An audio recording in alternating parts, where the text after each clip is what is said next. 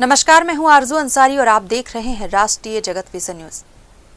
छत्तीसगढ़ में बढ़ते अपराध को लेकर एक बार फिर सियासत तेज हो गई है। सरकारी आंकड़ों का हवाला देते हुए कांग्रेस के प्रदेश प्रवक्ता सुशील आनंद शुक्ला ने आरोप लगाया है कि भाजपा सरकार के कार्यकाल में प्रदेश अपराध की दिशा में तेजी से बढ़ रहा है। हत्या, लूट, अपहरण, दुष्कर्म, चोरी और अफीम जैसी गंभीर घटनाओं में लगातार बढ़ोतरी हो रही है, जबकि कई प्रमुख जिलों में इन मामलों में गिरफ्तारी की दर 50% तक भी नहीं पहुंच पा रही है।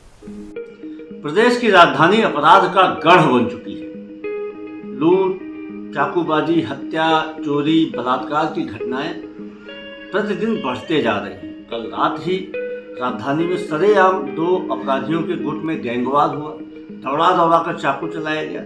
राजधानी के ही एक मोहल्ले में घर में घुस के 4 बदमाशों ने 2 भाइयों के ऊपर में आत्मघाती प्रहार किया। लगातार इस प्रकार की घटनाएं हो रही हैं और पुलिस मूक बनी हुई है। कमिश्नरेट इन्होंने लागू कर दिया, लेकिन उसका कोई भी प्रभाव अपराधियों पर पड़ते हुए नहीं दिख रहा है।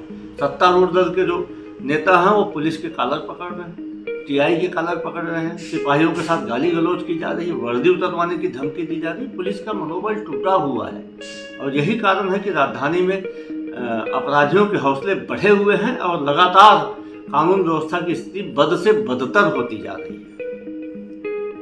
इस मुद्दे को लेकर विपक्ष ने कई बार सरकार से सदन में स्पष्ट जवाब देने और प्रदेश में कानून व्यवस्था की स्थिति सुधारने की मांग की है।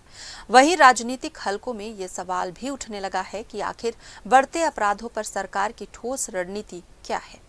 फिलहाल इस खबर में बस इतना ही। देश प्रदेश की खबरों से अपडेटेड रहने के लिए हमारे चैनल को सब्सक्राइब करें और नई खबरों के नोटिफिकेशन के लिए बेल आइकॉन जरूर दबाएं। नमस्कार।